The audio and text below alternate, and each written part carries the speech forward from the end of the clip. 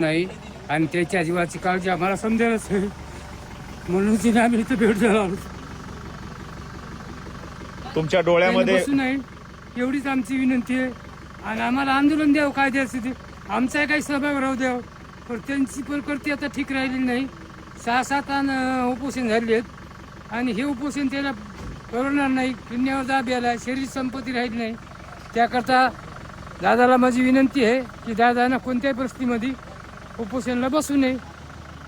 सरकार दुर्लक्ष करते असं वाटतंय. सरकार दुर्लक्ष करत, सरकारला नीट करायची आपल्या ताकद आहे ना. फक्त करेंगे मरेंगे आंदोलन द्यावं. गांधीजीनं शांतता म्हणले होतं, भगतसिंगने यानं शांतता घेतली नाही. ज्यावेळेस हातामध्ये बंदूक घेतली त्यावेळेसच सरकार घाबरले. आणि ही एक गेंड्याच्या कातडीची अवलाद आहे. याला नीट करायचं म्हणलं तर आंदोलनशिवाय मार्ग नाही.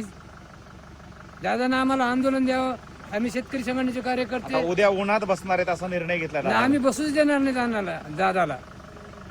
कोणत्याही परिस्थितीमध्ये दादाला बसू देणार. त्याकरताच आम्ही नांदेड परभणी दोन्ही जिल्ह्यामध्ये राहत असतो. मी तिथून आलेला आहे मुद्दा नाही आणि त्याच्या जीवाची काळजी आम्हाला